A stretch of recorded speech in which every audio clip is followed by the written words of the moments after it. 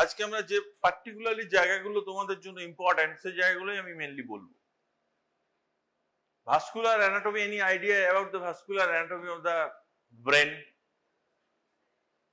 Any idea কেউ যদি বলতে পারো বলো।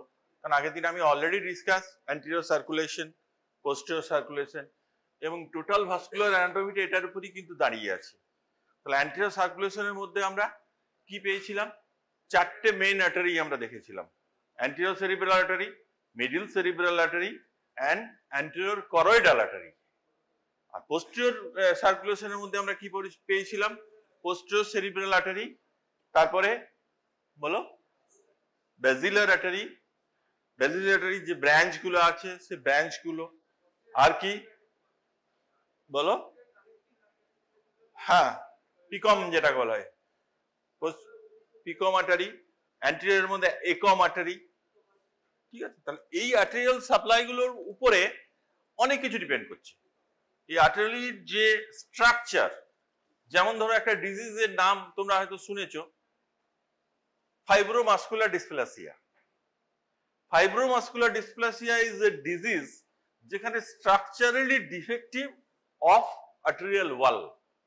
আর্টারির মধ্যে যে তিনটে লেয়ার থাকে, সেই তিনটে লেয়ারের স্ট্রাকচারালি ডিফেক্ট হয় এবং সেখানে কিছু জেনেটিক ফ্যাক্টর ইনফ্লুয়েন্স করে। আমি এটার কেন এক্সাম্পল নিলাম, তার কারণ হচ্ছে আমরা এরপর একটা টপিকে ঢুকবো, সেটা হচ্ছে aneurysm, abnormal dilatation of a particular vessel. এই অ্যানিউরিজমের আমরা যখন কজ পড়বো এবং অ্যানিউরিজমের যখন আমরা জায়গা বলবো, সেখানে কিন্তু এই ভাস্কুলার অ্যানাটমিটা লাগবে। তোমরা প্রত্যেকেই জানো circle of Willis. What are the artery produces the circle of Willis?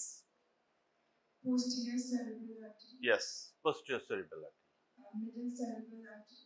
Middle cerebral artery. And anterior cerebral artery. Anterior cerebral artery. And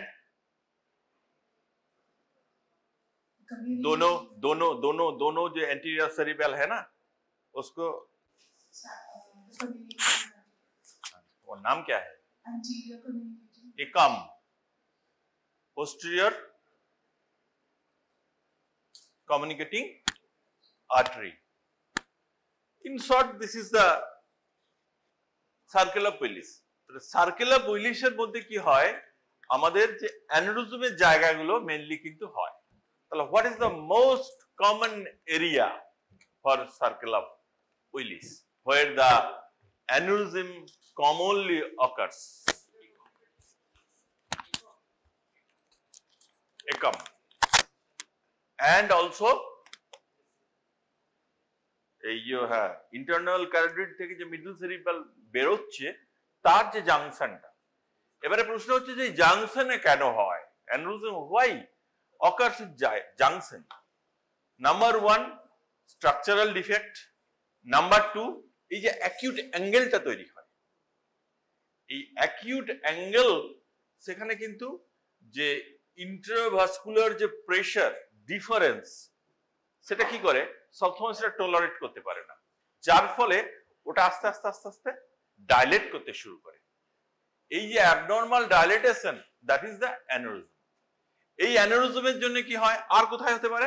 posterior circulation হতে পারে। পোস্টেরিয়র সার্কুলেশনে পিকম, তোমরা কমনলি নাম শুনে থাকবে, পিকম অ্যানিউরিজম হয়। ইভেন এই যে ছোট ছোট যে পন্সে যে আর্টারি গুলো ঢোকে, হ্যাঁ পন্টাইন আর্টারি যেগুলো ঢোকে, সেখানেও কিন্তু অনেক সময় অ্যানিউরিজম পাওয়া যেতে পারে। তাহলে এই যে mainly which intercerebral arteries are tortuous and produces the acute angulation, they are more notorious for formation of the aneurysm. এমন একটা সিস্টেমিক ডিজিজের নাম বলো তো, কে বলতে পারবে? বলো, যেখানে আমরা একটা অ্যানিউরিজমের খোঁজ করি যে এটা ব্রেনে অ্যানিউরিজম হতে পারে। Yes, polycystic kidney disease. Polycystic kidney ডিজিজের দুটো পার্ট আছে, একটা এডিপিকেডি, একটা আছে এআরপিকেডি। এই ADPKD variety produces the aneurysm. সেই অ্যানিউরিজমটা কি ধরনের অ্যানিউরিজম করে, এটা কিন্তু কোশ্চেন আছে পোস্ট গ্রাজুয়েশনে। বেরি অ্যানিউরিজম, ভেরি গুড, বেরি অ্যানিউরিজম। তাহলে একটা কিডনি পেশেন্ট হঠাৎ করে যদি একটা সিভিয়ার হেডেক নিয়ে তোমাদের কাছে প্রেজেন্ট করে, তার সাথে যদি অল্টার্ড সেন্সোরিয়াম হয়, and acute headache followed by altered sensorium, তার সাথে ধরো ভমিটিং, তার সাথে ধরো সিজার অ্যাটাক, এই সমস্ত প্রেজেন্টেশন গুলো হয়, always first thing for patient having the aneurysmal bleed. তাহলে আমরা দুটো জিনিস জানলাম এখান থেকে। একটা হচ্ছে যে একটা ইন্টারসেরিব্রাল ব্লিড হতে পারে, একটা অ্যানিউরিজমাল ব্লিড হতে পারে। তাহলে অ্যানিউরিজমাল ব্লিড গুলো মেইনলি কোথায় হয়? যেখানে অ্যানিউরিজম হয়েছে সেই জায়গাগুলো ফেটে গিয়ে হয়। সেই ব্লাডের প্রেজেন্টেশনটা কোথায় হয়? সাব অ্যারাকোনাইড স্পেসে। সেই জন্য আমরা দেখতে পারি। আগে যখন সিটি স্ক্যান ছিল না, তখন সাব অ্যারাকোনাইড স্পেস দেখার জন্য আমরা কি করা হতো? আমাদের সিএসএফ টানা হতো। সিএসএফ এ আরবিসি আছে কিনা ইমিডিয়েটলি দেখা হতো, তারপর ওটাকে সেন্ট্রিফিউজ করা হতো, সেখানে জ্যান্থোক্রোমিয়া হচ্ছে কিনা সেটা দেখা হতো। সেটা দেখে ব্যাক ক্যালকুলেশন করা হতো যে সিএসএফ এর মধ্যে ব্লাড মিক্সড হয়ে গেছে, তাই তো? আর সিএসএফ এর মধ্যে ব্লাড মিক্সড কখন হতে পারে? এটা জাস্ট জামাই ঠোকানো কোশ্চেন। কে বলতে পারবে? Anybody can share what is the commonest cause of blood mixed CSF? Commonest cause, yes, faulty technique. তোমার মতো নতুন ছেলেকে দিয়ে এটা করানো হলো, তুমি করতে গিয়ে দেখা গেল যেভাবে করা আছে করতে গিয়ে সিএসএফ তো বের করেছো, কিন্তু সিএসএফ এর সঙ্গে এক গাদা ব্লাডও বের করে দিয়েছো, ব্লাড মিক্সড সিএসএফ হয়ে গেছে। ঠিক আছে? তাহলে এটা কিন্তু ইম্পর্টেন্ট। এবং স্টিল এখনো তুমি হয়তো বলবে যে স্যার এখন কি সিএসএফ এর ভ্যালু আছে? ইয়েস, সিএসএফ এর ভ্যালু আছে। কারণ একটা ভ্যারাইটি আছে দেখবে যে যেখানে তুমি সাসপেক্ট করছো যে অ্যানিউরিজমাল ব্লিড, কিন্তু একটা সিটি স্ক্যান করেছো, সেখানে সিটি স্ক্যান নর্মাল, কোনো প্রেজেন্টেশন পাচ্ছ না। নর্মালি আমরা সিটি স্ক্যানে কোথায় পাই ব্লাডটা বলো তো? তুমি বলো। আমরা যখন একটা সাবঅ্যাকুইট হেমারেজ বা ধরো অ্যানিউরিজমাল ব্লিডের যে হেমারেজ, তার ব্লাডটা আমরা কোথায় পাবো? CT scan. সিটি স্ক্যানে কোন জায়গাটা দেখবো? কে বলতে পারবে? Anybody can share. ভুল বলো না তোমরা, ভুল কেন? गलती तो बोलना ही पड़ेगा ना। क्या कर रहा है तुम लोग? साइनेसটা কাটাও, লজ্জাটা কাটাও,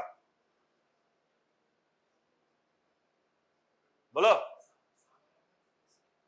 কি কি জিজ্ঞেস করলাম তোমাকে আমি? কিটা? ব্লাডটা কি জিজ্ঞেস করলাম বলো তো? কোশ্চেনটা কি ছিল? ব্লাডটা বললাম তো, কিন্তু ওইটা কি কোশ্চেন ছিল? ও সিটি স্ক্যানে কোথায় পাবো? সিটি স্ক্যানে সাবঅ্যাকুইট পাবে? কোথায় পাবো? সিলভিয়ান ফিশার, তাই না? আর কি পেরিন মেসেনকেফালিক এরিয়া, যেটা হচ্ছে তোমার বেস অফ দ্য ব্রেনে, যেখানটায় বেসিক্যালি যে বেজাল সিস্টার্ন যেগুলো আছে, যেমন প্রিপন্টাইন সিস্টার্ন, একটা বেজাল সিস্টার্ন, এই বেস অফ দ্য ব্রেনে কি হয়? ব্লাডটা চলে যায়। কারণ সাবঅ্যাকুইট স্পেসের মধ্যে তো আর এক জায়গায় থাকবে না রে বাবা, ব্লাডটা তো আস্তে আস্তে করে সেটেল ডাউন করবে। তাহলে কোথায় কোথায় কমনলি যায়?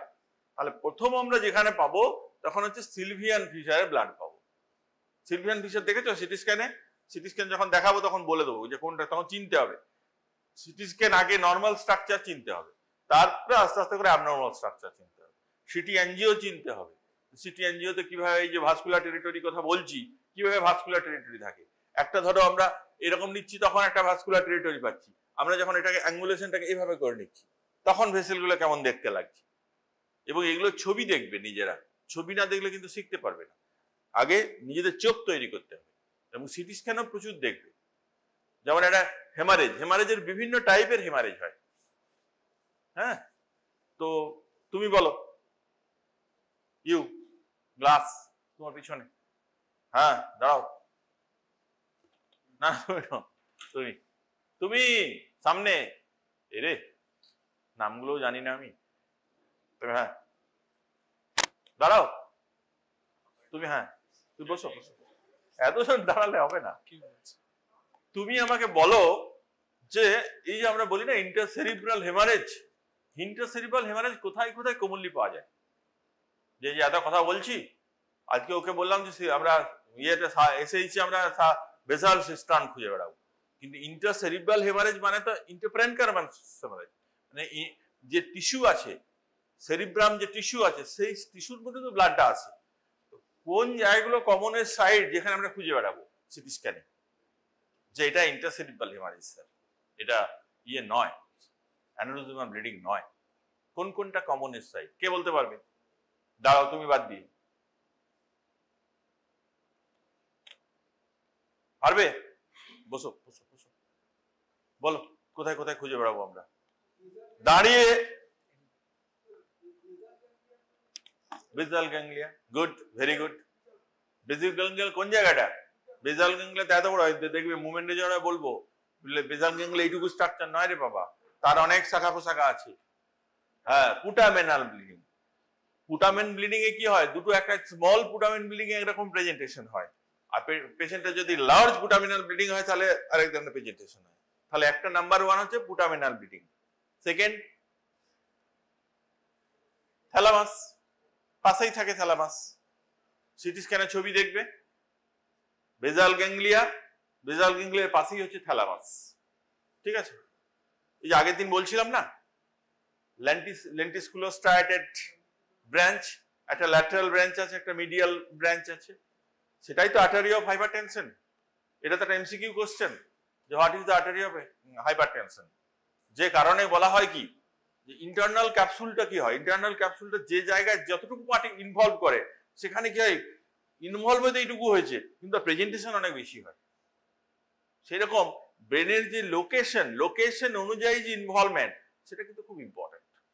যে ধরো একটা সেরিব্রামে ইনভলভ হলো, একটা সাবকর্টিক্যাল স্ট্রাটামে একটা ইনভলভমেন্ট হলো, সেখান থেকে তুমি নেমে এলে, এবার কি ইন্টারনাল ক্যাপসুলে তো আবার পার্ট আছে, অ্যান্টেরিয়র পার্ট আছে, আছে পোস্টেরিয়র পার্ট আছে, তাই তো, স্প্লেনিয়াম আছে, এই পার্টগুলো তো আছে।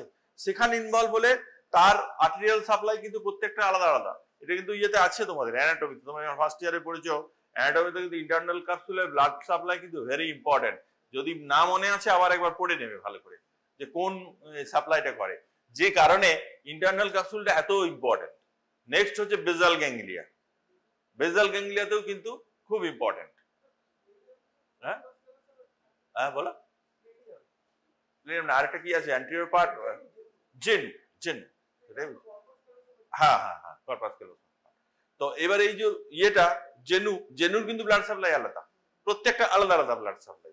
তো যাই হোক, এই যে বেসাল গ্যাংলিয়া, থ্যালামাস, তাদের কিন্তু আবার ব্লাড সাপ্লাই আলাদা। থ্যালামাসের মেইন কাজ কি বলতো? বেসাল গ্যাংলিয়াতে অন্য পাওয়া যায় মুভমেন্ট ইন দ্য বডি, আমাদের যে motor movement of the body, বসো motor movement of the body. কিন্তু থ্যালামাসের মেইন কাজ কি কে বলতে পারবে? এটা কিন্তু অ্যানাটমিক কোশ্চেন। থ্যালামাসকে কি বলা হয়? Relay centre. এখান থেকে যত পেন সেন্সিটিভ হচ্ছে ওখানে যে হচ্ছে, সে কি করছে, কোনটা ইয়েতে পাঠাবো, সেরিব্রামে পাঠাবো, সেটা ঠিক করছে সে, যেটা এখানে পাঠাবো কানের দপ্তরকে পাঠাবো, এটা চোখের দপ্তরকে পাঠাবো, হ্যাঁ এটা হচ্ছে স্পিচের দপ্তরকে পাঠাবো। কারণ থ্যালামাস বললে তবে তো তোমার পায়ে কাঁটা ভুগলে করো। এই জিনিসগুলো সহজ করে বুঝতে হবে, কারণ it is a very tough জায়গা কিন্তু ভেরি ইন্টারেস্টিং, এবং তোমাকে ইন্টারেস্টিং করেই কিন্তু জিনিসটাকে বুঝতে হবে। এই যে বিভিন্ন রকমের ক্রেনিয়াল যে নার্ভ এর যে নিউক্লিয়াই গুলো, এটা কোথায় ব্রেন স্টেমের কোথায় কোথায় আছে সেই অনুযায়ী কিন্তু প্রেজেন্টেশন হয়। আমরা কমনলি কি বলি, আমরা দেখবে তলা থেকে উপর দিকটা ধরি 9, 10, 11, 12 মেডালা, ঠিক আছে। এবার হচ্ছে 6, 7, 8 পন্স, তার উপরটাকে 3, 4 মিড ব্রেন। কেন 1, 2 এর তো লাগে না, কেন 1, 2 তারা তো আলাদা, তারা তো বিয়ে করেই আলাদা হয়ে গেছে ধরো, তাই না? তো এই যে ধরো কোনো একটা পার্টিকুলার ব্রেন স্টেমের এরিয়া যখন আইদার হেমারেজ হবে, না হলে ইনফাক্ট হবে, যাই হোক প্যাথোলজি যাই হোক, তার ইনভলভমেন্টটা কেমন হবে, তার প্রেজেন্টেশনটা কেমন হবে, কোন স্ট্রাকচারটা হয়েছে, ইনভলভ হয়েছে, তার উপর ডিপেন্ড করছে। এইবারে যেমন ফেসিয়াল নার্ভের ক্ষেত্রে কি বলা হয়, যে পার্টিকুলার ফেসিয়াল নার্ভের হচ্ছে বাইল্যাটারাল ইনারভেশন থাকে। সেই জন্য আমরা যখন একটা upper motor neuron type of facial nerve involvement পাই তখন কি পাই? হ্যাঁ, শুধু তোলাটুকু ইনভলভমেন্ট করে, কারণ উপরটাতে কি হয়? বাইল্যাটারাল ইনারভেশন থাকে। একটা সাইড যদি চলেও যায় একটা সাইড ওকে সাপ্লাই দিয়ে দিবে। কিন্তু ইন কেসেস অফ টাং, যদি তুমি 12 ক্রেনিয়াল নার্ভ, সেখানে কিন্তু ইউনিল্যাটারাল। সেখানে হচ্ছে যেদিকের ধরো ইয়ে হবে, ইনভলভমেন্ট হবে, লিসেন হবে, তার সেই দিকেই কিন্তু টাঙের ডেভিয়েশন হয়ে যাবে। অপোজিট সাইড ডেভিয়েশন হয় না, কিন্তু সেম সাইডে ডেভিয়েশন হয়। তার সাথে কি হবে? ওখানকার যে মাসকুলার স্ট্রাকচার যদি অনেকদিন ধরে হয় তাহলে কিছুটা অ্যাট্রোপি হয়ে যাবে। সেটা দেখে আমরা অনেক সময় ডায়াগনোসিস করি। ঠিক আছে, সব সময় যে তোমার ইয়েতেই লোয়ার মোটরেই তোমার ইয়ে হয়ে যাবে তা নয়, কারণ ডিসিউজ অ্যাট্রোপি বলেও তো একটা কথা আছে, যেখানে আপার মোটর নিউরনে পাওয়া যায়। তাহলে এটা একটা গেল। নেক্সট হচ্ছে, তাহলে দেখো আমি কিন্তু মানে আস্তে আস্তে সহজ জায়গা থেকে কঠিন জায়গার দিকে যাচ্ছি। এই যে ক্রেনিয়াল নার্ভ গুলো ইনভলভ হচ্ছে, তার সাথে যে প্রেজেন্টেশন গুলো আমরা একটু একটু করে পাচ্ছি, এই আমি যেটা একটু আগে জিজ্ঞেস করছিলাম যে থ্যালামাস ইনভলভ হলে কি হবে? থ্যালামাসে স্ট্রোকই হোক, আর থ্যালামাসে টিউমারই হোক, থ্যালামাসে প্রেসার এফেক্টই হোক, যেই হোক, সেখানে কি হবে? পার্টিকুলারলি কিন্তু ওখানে কিন্তু তোমার যেটা পাওয়া যায় সেন্সরি ইনভলভমেন্ট বেশি হবে, কারণ ওখানে মেইনলি একটা সেন্সরি রিলে সেন্টার। পার্টিকুলার কোন জায়গাটা, কোন সেন্সরি পার্টটা ইনভলভ হয়েছে তার উপর কিন্তু ওর প্রেজেন্টেশনটা হবে। আবার তুমি যদি আরেকটু তলার দিকে আসো, সেরিবেলামের দিকে, সেখানে কি পাবে? সেরিবেলামের যে কাজগুলো, সে কাজগুলো মনে রাখবে যে আমার পার্ট অফ দ্য সেরিবেলাম হয়েছে কিনা, কারণ ওখানে সুপিরিয়র সেরিবেলাল আর্টারি তোমাকে সাপ্লাই দিচ্ছে। ঠিক আছে, তলার দিকে কি হচ্ছে? তলার দিকে যে আর্টেরিয়াল সাপ্লাই কি আছে?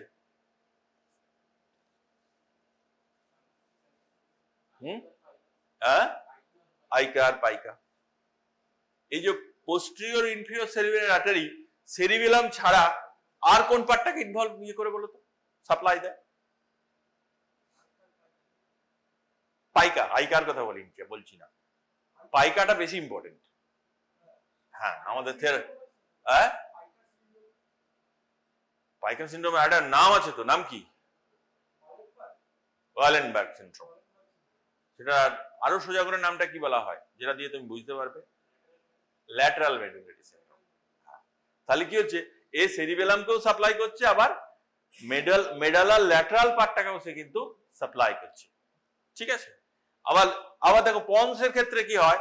যদি পন্সের ধরো কারো মিডলাইন স্ট্রাকচার ইনভলভ করে, সেখান থেকে যদি টেগমেন্টামের দিকে আরো চলে যায়, তাহলে কিন্তু পেশেন্টের প্রেজেন্টেশনটা অদ্ভুত টাইপের হয়, কোয়াড্রিপ্লেসিস হয়ে যায়।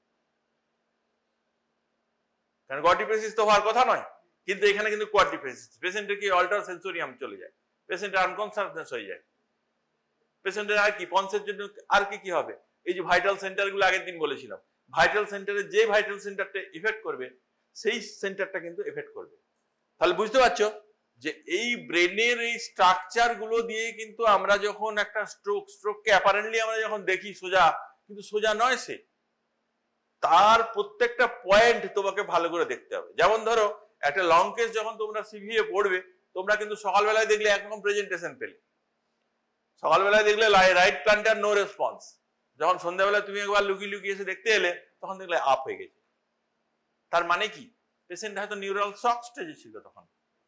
এই যে স্ট্রোক ইন ইভলিউশন কথাটা, একটা কথা আছে দেখবে, স্ট্রোক ইন ইভলিউশন, যে স্ট্রোকটা কখন ইভলিউশন হচ্ছে, 48 ঘন্টার মধ্যে না 72 ঘন্টার মধ্যে না 96 ঘন্টার মধ্যে, স্ট্রোক ইন ইভলিউশনটা ইম্পর্টেন্ট।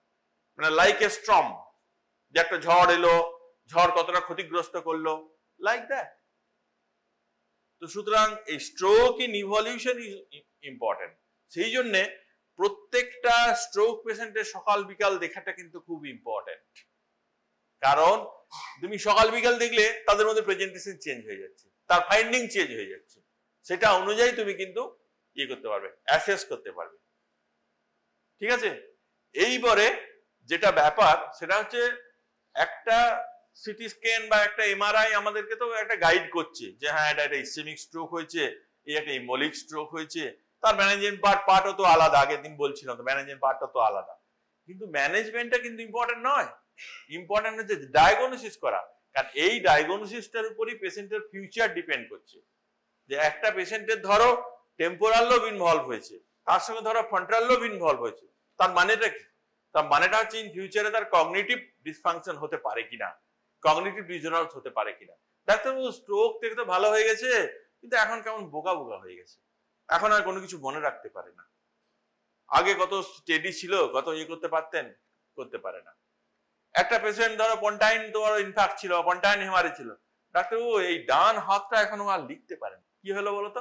ওর একটা অ্যাটাক্সিক হেমিপ্লেজিয়া হয়ে গেল। তাহলে এই যে জায়গাগুলো, এগুলো হচ্ছে স্ট্রোকের সিকুয়েলি। বেসিক্যালি বলা উচিত, একটা আলাদা টপিক করে বলা উচিত যে what are the complication of the stroke. কারণ স্ট্রোকের যখন আমরা কমপ্লিকেশন পড়বো, অজস্র কমপ্লিকেশন আছে। অ্যাকিউট স্ট্রোক হলে তার কি কমপ্লিকেশন, সাবঅ্যাকিউট ফেজে তার কি কি কমপ্লিকেশন, লং টার্ম কি কমপ্লিকেশন। কারণ এই কমপ্লিকেশনটাকে অ্যাভয়েড করার জন্যই তো আর্লি রিহ্যাবিলিটেশনের কথা বলা হয়। সেই রিহ্যাবিলিটেশনের মধ্যে কি কি আছে? ফিজিক্যাল রিহ্যাবিলিটেশন আছে, যে পেশেন্টকে এক্সারসাইজ শুরু করো, যত তাড়াতাড়ি পেশেন্ট কনসাস থাকবে, যত তাড়াতাড়ি সম্ভব ওর এক্সারসাইজ স্টার্ট করে দাও। তারপর কি সোশ্যাল রিহ্যাবিলিটেশন, তারপর সাইকোলজিক্যাল রিহ্যাবিলিটেশন, তারপর তার মেন্টাল বুস্ট আপ করা। এই যে পার্টগুলো, এই পার্টগুলো কিন্তু পেশেন্টের পার্ট অফ দ্য ট্রিটমেন্ট। তো সুতরাং একটা স্ট্রোক পেশেন্টকে আমরা যখন অ্যাপ্রোচ করব, সেখানে কিন্তু খুব ক্যাজুয়ালি দেখে তার একটা ম্যানেজমেন্ট দেওয়া শিখে গেলাম সেটা নয়, কিন্তু এই স্ট্রোক সিনড্রোম গুলোকে ধরতে হবে। যেমন ধরো মিড ব্রেনে ধরো কারো থার্ড ক্রেনিয়াল নার্ভ ইনভলভ হলো, তার সাথে ধরো উল্টো দিকের একটা হেমিপ্যারেসিস হয়ে গেল, হতে পারে তো। এবং যেটা দেখে থার্ড ক্রেনিয়াল নার্ভ হলে কি হবে পেশেন্টের, থার্ড নার্ভ ইনভলভ হলে কি হবে পেশেন্টের, প্রথম কি হবে? টোসিস, প্রথম একটা টোসিস নিয়ে আসবে, পেশেন্টের ডিপ্লোপিয়া কমপ্লেন করবে। হ্যাঁ, কেন হবে না বলো? 7 ক্রিয়াল না, থার্ড ক্রিয়াল পড়বে এই জায়গাগুলো জানো না তো। তাহলে একটা টোসিস নিয়ে পাবে, একটা ডিপ্লোপিয়া নিয়ে করবে পেশেন্ট, ঠিক আছে? আর কি হবে পেশেন্টের? ডিপ্লোপিয়া হলো, টোসিস হলো, আর কি হবে পেশেন্টের? চোখটা কোন দিকে ঘুরে থাকবে? ইয়েস ইয়েস, কারণ ল্যাটারাল মিডিয়াল রেক্টাস তো প্যারালিসিস হয়ে গেছে, ল্যাটারাল রেক্টাস তো দিকে টানছে ওকে, তাহলে ডেভিয়েটেড আউটওয়ার্ড। তাহলে এইরকম একটা প্রেজেন্টেশন তুমি যখন পাবে পেশেন্টের, তার সাথে যখন একটা হেমিপ্যারেসিস প্রেজেন্টেশন পাবে, সেটা একটা নাম আছে, that is called Weber syndrome. পরীক্ষার সময় তোমাকে এইভাবে স্যাররা জিজ্ঞেস করবে, তারপর তুমি যখন এটা বলতে পারবে ভালো, তখন স্যার কিন্তু আস্তে আস্তে তোমাকে ওই দিকটাই নিয়ে যাবে। তারপর বলবে যে বলো এটা একটা সিনড্রোমিক নাম আছে, সিনড্রোমিক নামটা বলতে পারবে? সেই রকম 6-7 ইনভলভমেন্ট তার সাথে ইয়ে হয়, ওটা একটা ফোবিলিস সিনড্রোম আছে। এই সিনড্রোম গুলোর দিকে আমি যাচ্ছি না, কারণ ওগুলো একটু কঠিন হয়ে যাবে তোমার। তোমরা একটু প্রেজেন্টেশন গুলো আগে শেখো, প্রেজেন্টেশন গুলো আগে বোঝো ভালো করে। তাহলে কি হলো, একটা পেশেন্টের প্রেজেন্টেশন কেমন হবে সেটা কিন্তু ওইটা দিয়ে তুমি অ্যাসেস করে নাও। তোমার সিটি স্ক্যানের দরকার হবে না, দেখবে আগেকার দিনে তো সিটি স্ক্যান হচ্ছিল না। আগেকার দিনে স্যাররা কি করতেন, শুধু ক্লিনিক্যালি তো জাজ করে ডায়াগনোসিস করে দিতেন, যেটা এই হয়েছে, এটা এই হয়েছে। এবারে আমাকে তোমরা বলো যে একটা পেশেন্টের ইন্টারসেরিব্রাল হেমারেজ আর একটা পেশেন্টের হচ্ছে অ্যানিউরিজমাল হেমারেজ, তার প্রেজেন্টেশনের ডিফারেন্স কেমন হবে? ইন্টারসেরিব্রাল হেমারেজ আর অ্যানিউরিজমাল হেমারেজ, তার প্রেজেন্টেশনের ডিফারেন্স কেমন?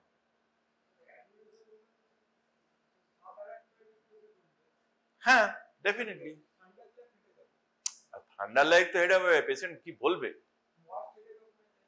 ওটা তো বলবে, কিন্তু পেশেন্ট কি বলবে যে ডাক্তারবাবু প্রচন্ড একটা ব্যথা হলো, হঠাৎ করে আমি আনকনসিয়াস হয়ে গেলাম, এখন এত ব্যথা সহ্য করতে পারছি না, আস্তে আস্তে পেশেন্ট আনকনসিয়াস হয়ে চলে গেল। মানে আমি বলতে চাইছি যে সেকেন্ডস টু মিনিটের মধ্যে পেশেন্টের প্রেজেন্টেশনটা হবে, মানে very fast and very rapid. তার কারণটা হচ্ছে কি, একটা অ্যানিউরিজম হলো, অ্যানিউরিজম সেটা ছিঁড়ে গেল, ছিঁড়ে গিয়ে সেখান থেকে ব্লাড হুড় করে বেরিয়ে গেল। কিন্তু যদি একটা ধরো ইন্টারসেরিব্রাল হেমারেজ হয়, সেটা কিন্তু টাইম টেকিং, সেটা কিন্তু তোমার minutes to hour, hours to day পর্যন্ত হতে পারে। ওই জন্য দেখবে একটা ইন্টারসেরিব্রাল হেমারেজ অনেক সময় পেশেন্ট যতক্ষণ না প্যারালাইসিস হচ্ছে ততক্ষণ দেখবে তোমার কাছে এসে পৌঁছাচ্ছে না। ডাক্তারবাবু কালকে পাটা একটু দাঁড়াতে পারছিলাম, আজকে কিন্তু আর চলতে পারছি না। তাহলে দিস ইজ ভেরি ইম্পর্টেন্ট যে প্রেজেন্টেশনটা, যে এটা অ্যানরুজমেলার জন্য না এটা এর জন্য, তোমার ইন্টারসেরিব্রাল হেমারেজের জন্য। কিন্তু আবার একটা যখন থ্রম্বোটিক ইভেন্ট হবে, আমি আগের দিন বলেছি থ্রম্বোটিক ইভেন্টটা তোমার মান্থ অব্দি এক্সটেন্স হতে পারে, ভেরি স্লো প্রসেস। আবার কুইক হতে পারে তোমার এম্বোলিক ইভেন্ট। আগের দিন যেটা বলছিলাম যে কার্ডিয়াক কজ, অনেক কজ আছে যেখান থেকে একটা এম্বোলিক ইভেন্ট হতে পারে। আর কিছু একটা কুইক এরকম হতে পারে, একটা কুইক এরকম প্রেজেন্টেশন আর কোন কন্ডিশন হতে পারে? ইন্টারসেরিব্রাল অ্যানরুজমাল ছাড়া আর কিছু হতে পারে? হ্যাঁ, এক্সট্রাডুরালে তো জেনারেল ট্রমার হিস্ট্রি থাকে। ট্রমা ছাড়া স্পন্টিনিয়াসলি এরকম হয়ে যাবে, কিছু হতে পারে। আর পেশেন্ট খুব এক্সারসাইজ করলো, একটু ইয়ে করলো, হয়ে গেল। হ্যাঁ, কি সেটাকে কি বলে? একটু ভদ্র, তো গেছো কাছাকাছি গেছো, কি কি সেটা কি বলে? একটু ভদ্র করে বলো। ডাইসেকশন। ধরো নেক ভেসেলস এর ডাইসেকশন হয়ে গেল। আর কি হতে পারে? ডাইসেকশন ছাড়া আরেকটা কন্ডিশন আছে যেখানেও এরকম একটা প্রেজেন্টেশন হতে পারে। জিনিসটা আছে, তুমি একটা সিটি স্ক্যান বা এমআরআই করলে, সেখানে একটা ইনসিডেন্টাল ফাইন্ডিং পেলে, তারপর পেশেন্টকে দেখলে যে হয়ে গেল। AV malformation, very good. এটা লিখে রাখো, কারণ এবি ম্যালফরমেশন তোমার একটা হচ্ছে ডুরাল স্পেসে হতে পারে, একটা হচ্ছে তোমার স্পাইনাল স্পেসে হতে পারে। কারণ একটা পেশেন্টের যদি এবি ম্যালফরমেশন থাকে তাহলে সেখানে ঘুম পাচ্ছে তোমার, দাঁড়াও, তুমি দাঁড়াও, তুমি ঘুম পাচ্ছে, দাঁড়াও। এবি ম্যালফরমেশনে কি হয়? জিনিসটা কি হয় বলো? নামটার মধ্যেই ঢুকে আছে। এ ফর কি? এ ফর বলো। এ ফর আর্টারি আর ভি ফর ভেন। তাহলে এভি ম্যালফরমেশন। আর্টারির সঙ্গে ভেনের কি থাকে, যোগাযোগ থাকে? তাহলে রংলি কানেক্টেড হয়ে গেছে। তাহলে কি করবে? ওখানে একটা টিপিক্যাল টার্ম ইউজ করা হয়, সেটা হচ্ছে আর্টারিয়ালাইজেশন অফ দ্য ভেন। এই টার্মটা ইউজ করা হয়, মানে ভেনের নেচারটা আস্তে আস্তে আর্টারির মতো হয়ে যায়। বুঝতে পারছো তো? আর আর্টারি গুলো কি হয়, ওখানে ফিডিং আর্টারি তৈরি হয়, ছোট ছোট আর্টারি তৈরি, আর্টারি গুলো ছোট ছোট হয়ে যায়, আর ভেন গুলো এরকম মোটা মোটা হয়ে যায়। তাহলে এই যে ম্যালফরমেশন, তাহলে ম্যালফরমেশন থেকে রাপচার কেন হয়? Due to pressure difference.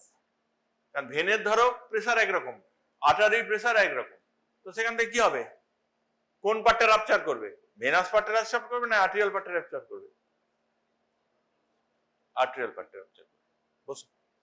তাহলে এই যে এভি ম্যালফরমেশন কিন্তু একটা ইম্পর্টেন্ট পার্ট, যেখানে কিন্তু তুমি সেরিব্রাল থেকেও এভি ম্যালফরমেশন পেতে পারো।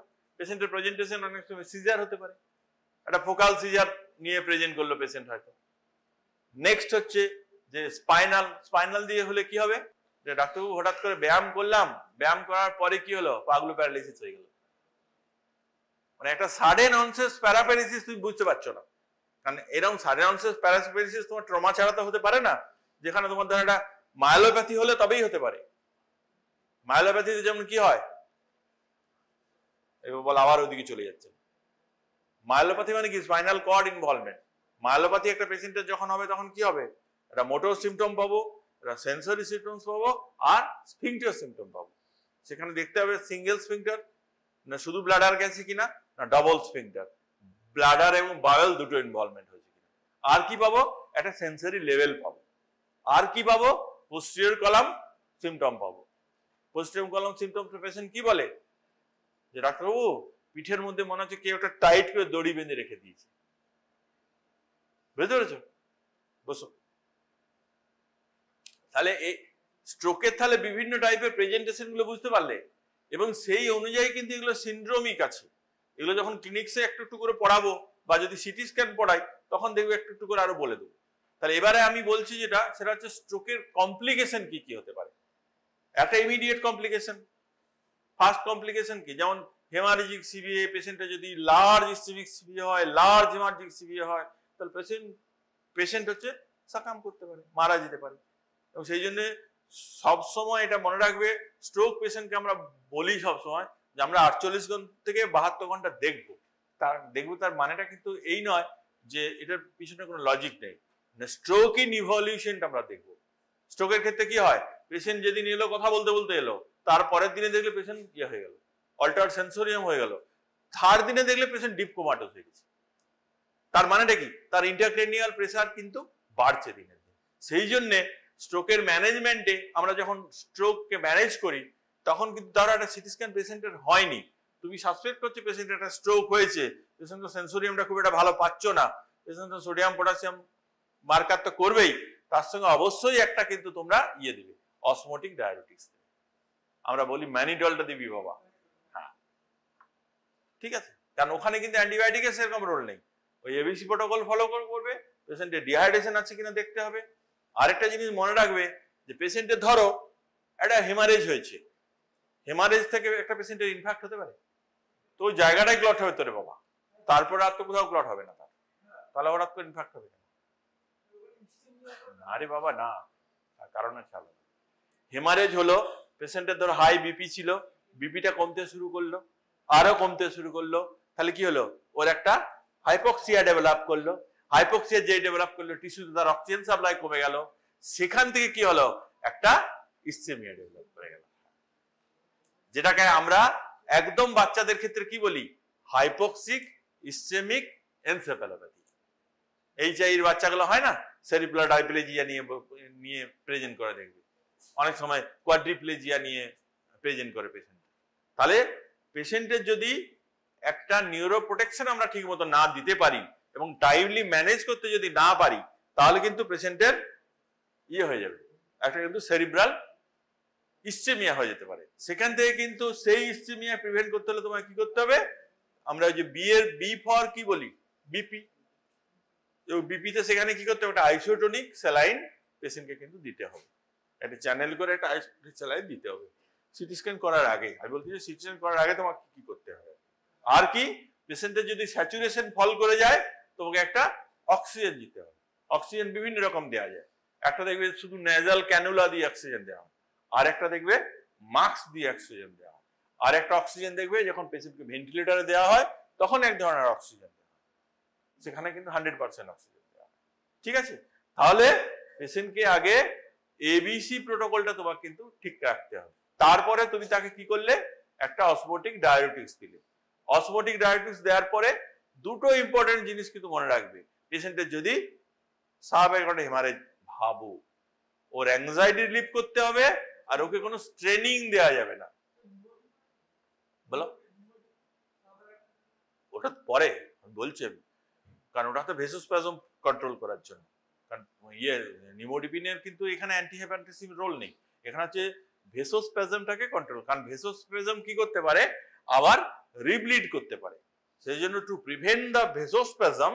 কিন্তু আবার বলা হচ্ছে রিসেন্ট স্টাডিতে যে ট্রমাটিক যে সেজ গুলো হয় সেখানে কিন্তু নিউমোডিপিনের খুব একটা রোল নেই, কিন্তু যেগুলো তো স্পন্টেনিয়াস ইয়া হয়, তোমার এসএইচ হয়, সেখানে কিন্তু কিন্তু তোমাকে সিম্পটোমেটিক ম্যানেজমেন্ট আগে দিতে হবে ভালো করে। যেমন পেশেন্ট সিভিয়ার হেডেকটাকে ম্যানেজ করতে হবে, পেশেন্টের সিভিয়ার ভমিটিং সেটা একটা ম্যানেজ করতে হবে, পেশেন্টের ইয়ে হচ্ছে তোমার ডিহাইড্রেশন হয়ে যাচ্ছে সেটাকে একটা ম্যানেজ করতে হবে। তাহলে এই পার্টগুলো তোমার আর কি করতে হবে, পেশেন্টের বিপি থেকে প্রচুর হাই থাকে, বিপিটাকে অ্যান্টিহাইপারটেনশন দিয়ে কন্ট্রোল করতে হবে। তাহলে এই পার্টগুলো হলো। আর যে দুটো কথা বললাম সাবঅ্যাকুইট হেমারেজের ক্ষেত্রে, সেটা হচ্ছে বেসিক পেশেন্টকে কোনো স্ট্রেন দেওয়া যাবে না, কারণ একটা স্ট্রেন কিন্তু ওর আবার একটা এসএইচ ডেভেলপ করে দিতে পারে। কি স্ট্রেন, একটা হচ্ছে ডিফিকেশনের স্ট্রেন, ওই জন্য তোকে স্টুল সফটনার মাস্ট দিতেই হবে তোমাকে। আর কি করতে হবে, পেশেন্টকে অ্যান্টি অ্যাংজাইটি দিতে হবে। অ্যান্টি অ্যাংজাইটি আমরা কমনলি কি দিই, ক্লোনাজিপাম দিই, কারণ পেশেন্টকে যদি একটু অ্যাংজাইটি রিলিভ করি তাহলে বিপিটা কমবে, আর পেশেন্টের মধ্যে যে একটা অ্যাংসাসনেস থাকে, কি হয়, সেই পেশেন্টদের একটা fear of impending doom, feeling of death চলে আসে একটা, সেই জন্য ওটাকে প্রিভেন্ট করতে হবে। তাহলে এই পার্টটা গেল ইমিডিয়েট ম্যানেজমেন্ট। এবার তুমি একটা সিটি স্ক্যান করলে, সিটি স্ক্যান করে তুমি দেখলে কোনো হেমারেজ নেই, নো হেমারেজ। কারণ সিটি স্ক্যান কিন্তু হেমারেজ ডিটেকশনের ক্ষেত্রে কিন্তু আইডিয়াল, মানে এমআরআই এর চেয়েও ভালো, এটুকু বলা যেতে পারে আর্লি ফেজে আর কি। আর আর্লি ফেজে ইনফ্যাক্ট ডিটেকশনের ক্ষেত্রে হচ্ছে এমআরআই উইথ ডিডব্লিউআই, যেটা আগের দিন বলছিলাম, diffusion weighted image. Diffusion weighted ইমেজটা কি না, আমরা যখন কি করি, T1 দেখি, T2 দেখি, ফ্লেয়ার দেখি, তারপরে আমরা একটা ডিফিউশন ওয়েটেড ইমেজ নিই, সেখানে আমরা মিসম্যাচ দেখি। কারণ কি হয়, আমরা দুটো জিনিস বলেছি, যে একটা হচ্ছে দু ধরনের ইডিমা হয়, একটা ভেসোজেনিক ইডিমা হয়, একটা সাইটোটক্সিক ইডিমা হয়। সাইটোটক্সিক ইডিমা কখন হয়, যখন অক্সিজেন সাপ্লাই কমে যায়, যখন গ্লুকোজ সাপ্লাই কমে যায়, তার মানে ইনফ্যাক্টে হয়। তাহলে এই সাইটোটক্সিক ইডিমা যখন হবে, তখন কেউ সোডিয়াম সেলের মধ্যে ঢুকে বসে থাকবে, আর বাকি যেগুলো মেটেরিয়াল গুলো বাইরে থাকবে, এবং তার একটা তৈরি হয়, একটা ইসচেমিক কোর তৈরি হয়, আর একটা পেরি ইসচেমিক পেনাম্বরা তৈরি হয়। এটা খুব ইম্পর্টেন্ট, কারণ আমরা কনসার্ন কিসের জন্য, এই পেরি ইসচেমিক যে জায়গাটা ধরো ডেড হয়ে গেছে, সেটাকে আমরা কিছু করতে পারবো না, কিন্তু যদি পেরি ইসচেমিক যে পেনাম্বাটা আছে, যেটুকু বেঁচে আছে, কারণ দিস পার্ট ইজ, ওই যে একটা কথা আছে তোমাদের, রেন নাকি একটা বলে দেখবে, রিভার্সেবল একটা ইনজুরি বলা হয় একটা পার্টে, সেই রিভার্সেবল পার্টটাকে তোমাকে কিন্তু দেখতে হবে, এবং সেটার জন্যই কিন্তু আর্লি ম্যানেজমেন্ট। এই যে ধরো থ্রম্বোলিসিসের যে কনসেপ্টটা এসছে, থ্রম্বোলিসিস কি দিয়ে করা হয় বলো? আমরা তো ধরো একটা ইসচেমিক সিভিএ তো থ্রম্বোলিসিস করতে পারি, পেশেন্ট যদি গোল্ডেন আওয়ারের মধ্যে আসে, হ্যাঁ, থ্রম্বোলিসিস ডুয়াল অ্যান্টিপ্লেট দিয়ে থ্রম্বোলিসিস হেপারিন কি থ্রম্বোলিটিক ড্রাগ? আরটিপিএ, ঠিক আছে, রিকম্বিনেন্ট টিস্যু প্লাজমিনোজেন অ্যাক্টিভেটর, এটা দিয়ে করা হয়। আমরা কমনলি করি টেনেকটিপ্লেজ দিয়ে, ঠিক আছে। এই টেনেকটিপ্লেজ তার বডি ওয়েট অনুযায়ী আমরা দেখে নিই, সেই অনুযায়ী আমরা কিন্তু IV as early as possible আমরা দিয়ে দিই পেশেন্ট। সেক্ষেত্রে পেশেন্টের কিন্তু খুব তাড়াতাড়ি, যদি ধরো যেটা ছোট যদি থাকে, ক্লট থাকে, সেটা খুলে যায়। তাহলে খুলে গেলে কি হবে, একটা রিভার্সিবল প্রসেস, যেটা ইরিভার্সিবল হয়ে যাচ্ছিল, রিভার্সিবল প্রসেস হয়ে যাবে। পেরি ইসচেমিক যে পেনাম্বারটা তৈরি হচ্ছিল, সেখানে খানিকটা হলেও যাবে। বুঝতে পারছো? বসো। তাহলে এবারে বেশি ইফেক্টিভ কোনটা, ইন্ট্রাভেনাস আরটিপিএ না intra arterial rtPA? Intra arterial is more effective. যত স্টাডি হয়েছে তাতে দেখা গেছে যদি পেশেন্টকে পসিবল হয় ইন্ট্রা-আর্টেরিয়াল দিয়ে দাও। এইবারে কি তোমার কতগুলো আছে, স্ট্যান্ডার্ড কতগুলো প্রোটোকল আছে, পেশেন্টের 18 বছরের বয়স বেশি কিনা, পেশেন্ট কোনো অ্যান্টিকোয়াগুলেন্ট পাচ্ছে কিনা, পেশেন্টের কোনো ব্লিডিং ডায়াথিসিস আছে কিনা। ও যেটা বলতে গিয়ে ভুলে গেলাম, ওই যে আরেকটা কোশ্চেন জিজ্ঞেস করলাম না, যে সাডেনলি হঠাৎ করে পেশেন্টের এরকম একটা কি করে হয়ে যাবে, সেটা হচ্ছে পেশেন্টের যদি ধরো কোনো ব্লিডিং ডায়াথিসিস থাকে, যে ধরো একটা সিকেল সেল ডিজিজ আছে পেশেন্টের, একটা সিকেল সেল ক্রাইসিস হয়ে গেল, সেখান থেকে তো হতে পারে। বা ধরো একটা ডেঙ্গু হেমারেজিক ফিভার হয়েছে পেশেন্টের ফেব্রাইল এপিসোড থেকে, ঠিক আছে, সেখান থেকে ধরো ডেঙ্গু শক সিনড্রোম হয়ে গেল। ওই ডেঙ্গু শক সিনড্রোমে কি হলো, ওই জায়গাতে কিন্তু তোমাদেরকে কনসার্ন হতে হবে যে আমার সিকেল সেল ক্রাইসিস একটা হচ্ছে ইম্পর্টেন্ট কজ, যেটা হচ্ছে সিস্টেমিক ডিজিজ, আর একটা হচ্ছে তোমার ডেঙ্গু শক সিনড্রোম, যেখানে ধরো প্লেটলেট কাউন্ট একদম কমে গেছে, ধরো ক্রিটিক্যাল লেভেলের নিচে চলে গেছে, লেস দেন 40,000 হয়ে গেছে, তখন কিন্তু স্পন্টিনিয়াস হেমারেজ হয়ে যেতে পারে। এবং সেখানে কিন্তু বিশেষ করে আমরা পেডিয়াট্রিক এজ গ্রুপে দেখেছি যে স্পন্টিনিয়াস সেরিব্রাল হেমারেজ হয়েছে, এবং সেটা একটা মানে মোর্টালিটি একটা কজ হিসেবে ধরা হয়। নেক্সট তাহলে আমরা এটা কি বললাম, এটা হচ্ছে তোমার কমপ্লিকেশন গুলো বলছি না, ম্যানেজমেন্টটা বললাম। এবারে আরটিপিএ ধরো কাউকে করা যাচ্ছে না, তখন আমরা কি করব? তখন আর একটা প্রসিডিওর আছে, এন্ড অ্যাটারেক্টমি, নামটা লিখে রাখ, এন্ড অ্যাটারেক্টমি। এন্ড অ্যাটারেক্টমি করে কি করা হয়, যে ওটা কিন্তু একটা সার্জিক্যাল প্রসিডিওর, সেই জায়গার যে জায়গাটা, যে ভেসেলের যে জায়গাটা, সেই জায়গাটা রিপ্লেস করে দেওয়া হয়। আর কি করা হয়, ক্লড রিট্রাইভাল। এরকম একটা ধরো ইয়ের মতো, চামচের মতো জিনিস আছে, চামচের মতো একটা জিনিস আছে, সেটা এন্ডোভাস্কুলার দিয়ে ঢুকিয়ে দেওয়া হয়, দিয়ে সেই ক্লডটাতে আস্তে আস্তে আস্তে আস্তে করে রিমুভ করে দেওয়া হয়। This is the clot retrieval. কিন্তু ক্লড রিট্রাইভাল যদি পেশেন্টের থ্রম্বোটিক ইভেন্ট থাকে, বা পেশেন্টের ধরো আদার্স কোমরবিডিটি আছে, যে হাইপারটেনশন আছে, ডায়াবেটিস আছে, ডিসলিপিডিমিয়া আছে, ওবেসিটি আছে, এই পার্টগুলো, স্মোকিং এর হিস্ট্রি আছে, তাহলে সেক্ষেত্রে কিন্তু ওই পার্টগুলোকেও কিন্তু প্যারালালি ইম্পর্টেন্ট।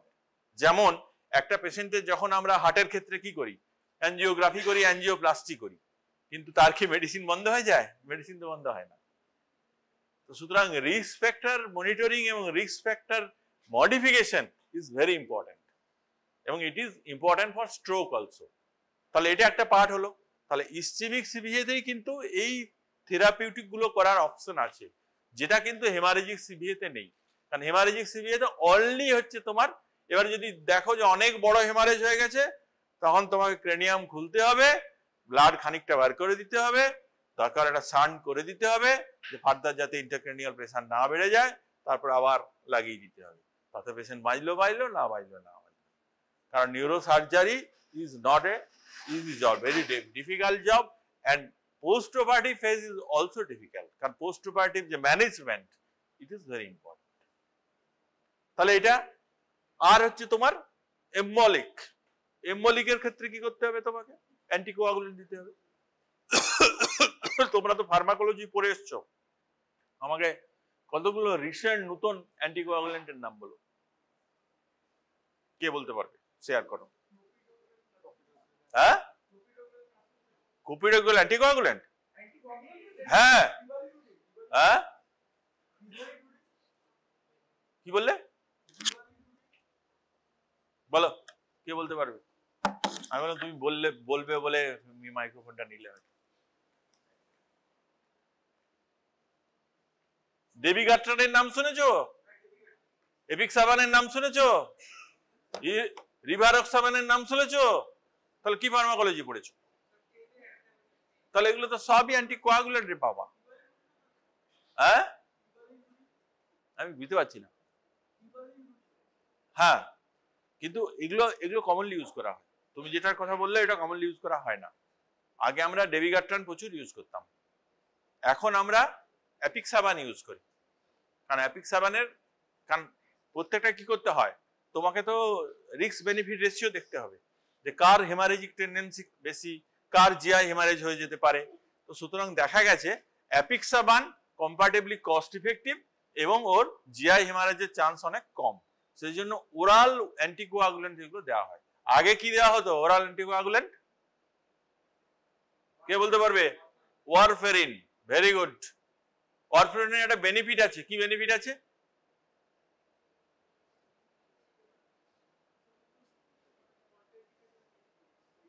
বলো, বেনিফিটটা কি? আমি অসুবিধার জায়গাটা বলছি না, ওয়ারফেরিনের অনেক সমস্যা আছে, কিন্তু একটা বেনিফিট আছে। ধরো ওয়ারফেরিন ইনডিউসড কারো একটা ব্লিডিং ডায়াথেসিস হলো, বা ওয়ারফেরিন ইনডিউসড, তুমি বুঝতে পারছো ওয়ারফেরিন ইনডিউসড একটা হেমারেজ হয়ে গেছে, পেশেন্ট ইনফ্যাক্ট ছিল, তুমি এবার একটা সিটি স্ক্যান করলে একটা হেমারেজ পেয়ে গেলে, কি করবে? এগুলোই তো বসছেন, এগুলোই তো প্রবলেম বেসিক্যালি। আর এগুলো হচ্ছে অ্যাপ্লাইড সায়েন্স। তুমি ক্লিনিক্যালি যত অ্যাকাস্টমড হবে, বইয়ে তো সব লেখা আছে, ক্লিনিক্যালি যত কোরিলেট করতে পারবে তত শিখবে। বলো, আরে বাবা ওয়ারফেরিনটা কি? হ্যাঁ হ্যাঁ, কিন্তু কি জিনিসটা, কি কাজ করে কিভাবে? ইয়েস, তাহলে আমরা ভিটামিন কে দিতে হবে ওখানে। সেকেন্ড হচ্ছে ওই ভিটামিন কে আছে সেরকম মেটেরিয়াল দিতে হবে, ফ্রেশ ফ্রোজেন প্লাজমা। তারপর কি দিতে হবে? প্রথম মিন কনসেন্ট্রেট দিতে হবে, যেখানেও তুমি ওই ধরনের অ্যান্টিডোট পেয়ে যাবে। সেই কারণের জন্য এটা হচ্ছে বেনিফিশিয়াল দিক। আর খারাপ দিক হচ্ছে পিটা মাইনারটাকে খুব ক্লোজ মনিটরিং করতে হয়। কারণ যখন পেশেন্টের ওয়ারফেরিন দেবে, ওয়ারফেরিন কি হয় 1 দেওয়া হয়, 2 দেওয়া হয়, 3 দেওয়া হয়, 4 এর বিভিন্ন ডোজে দেওয়া হয়। তো এই ধরো যার একটা প্রস্থেটিক হার্ট ভালভ লাগানো হচ্ছে তার ক্ষেত্রে একরকম রাখা হয়, যার ধরো ইনবর্ন প্রবলেম আছে তার ক্ষেত্রে একরকম, যার ধরো তুমি এম্বোলিক এপিসোড পেয়েছো, স্ট্রোক প্রিভেন্ট করছো, তার ক্ষেত্রে ডোজটা আরেক রকম। তো সুতরাং এই ক্ষেত্রে কিন্তু যেটা ইম্পর্টেন্ট সেটা হচ্ছে মনিটরিং। ফার্স্ট মনিটরিং পিটাই মাইনার, আর সেকেন্ড হচ্ছে যদি বাই চান্স আমার কমপ্লিকেশন হয়, কোনো কারণে যদি হেমারেজ হয়, তাহলে আমি তাড়াতাড়ি ব্যবস্থা করতে পারবো, যেটা কিন্তু এগুলোর ক্ষেত্রে করা যাবে না। এগুলোর ক্ষেত্রে একটা ব্যবস্থা করা যাবে। কি করা যাবে কে বলতে পারবে? একটা ব্যবস্থা করা যাবে। কি করা যাবে? হ্যাঁ, এই যে নিউয়ার যে তোমার ওরাল অ্যান্টিকোয়াগুলেন্ট গুলোর, এগুলো তো সেভাবে এখন অ্যান্টিডোট আসেনি, এগুলোর একটা ব্যবস্থা করা যাবে কমপ্লিকেশন কমানোর জন্য। কি করা যাবে? কমন কোশ্চেন, মানে just apply your spinal level, CNS লেভেলও যাওয়ার দরকার নেই, স্পাইনাল লেভেলে ভাবো, তাহলেই পেয়ে যাবে। আরে স্টপেজ অফ ড্রাগ, এটা তো একটা অপশন। কোন ড্রাগের যখন কমপ্লিকেশন হচ্ছে তখন stoppage of drug is the option. যেমন ফার্মাকোলজিতে পড়োনি যে সব ড্রাগেরই একটা কম্পাউন্ড কমপ্লিকেশন হয়, জিআই ইনটলারেন্স। গ্যাস্ট্রিক ইনটলারেন্স টা কমন। তুমি পরীক্ষার খাতায় যদি লিখে দিয়ে আসো যে গ্যাস্ট্রিক ইনটলারেন্স হয়, নজিয়া ভমিটিং হয়, ওটাকে ভাটিয়ে আবার লিখে দিলে, আপার অ্যাবডোমিনাল পেন হয়, তাহলেই দেখলে তুমি নম্বর পেয়ে গেছো। সেই রকম ব্যাপারটা আর কি। Stoppage of drug is important. তাহলে এই পার্টটা গেল ম্যানেজমেন্ট পার্ট। তাহলে স্ট্রোকের এটা একটা ম্যানেজমেন্ট পার্ট, এটা একটা ম্যানেজমেন্ট। এবার ইসচেমিক স্ট্রোক, ইসচেমিক স্ট্রোকে ধরো কারো একটা মেন স্টেম ইনভলভ হয়ে গেছে। সাপোজ ধরো এমসিএস স্টেমটা যদি দেখো, ইমিডিয়েটলি সিটি স্ক্যানে তুমি কিন্তু পাবে না। তারপরে কিভাবে, আগের দিন কি একটা বলছিলে, ডেন্স এমসিএ সাইন, যে এমসি এখানটা আছে না, সেখানে ডেন্স এমসি, হাইপার ডেন্সিটি পাওয়া যায়।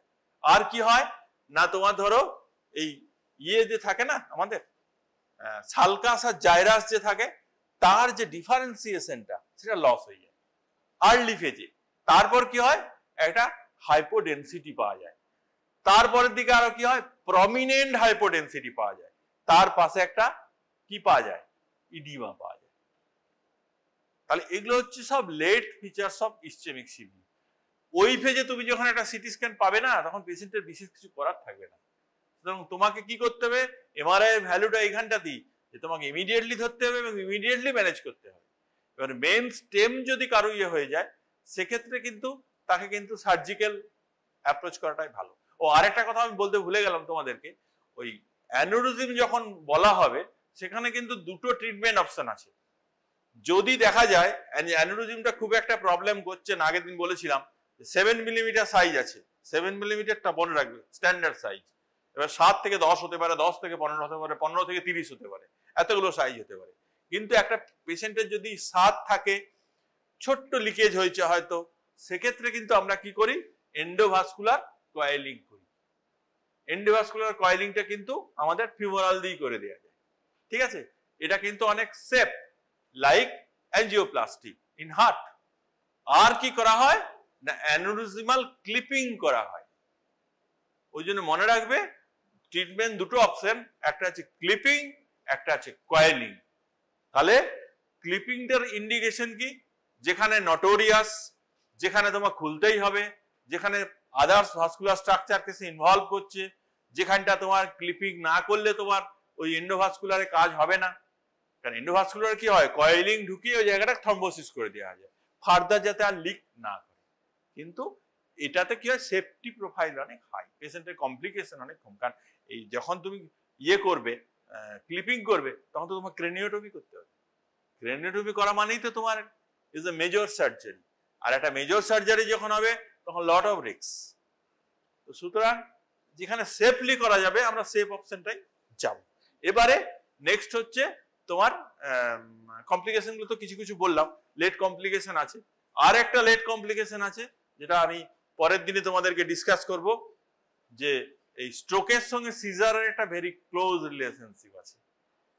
এপিলেপ্টোজেনিক এরিয়া, ইন স্ট্রোক।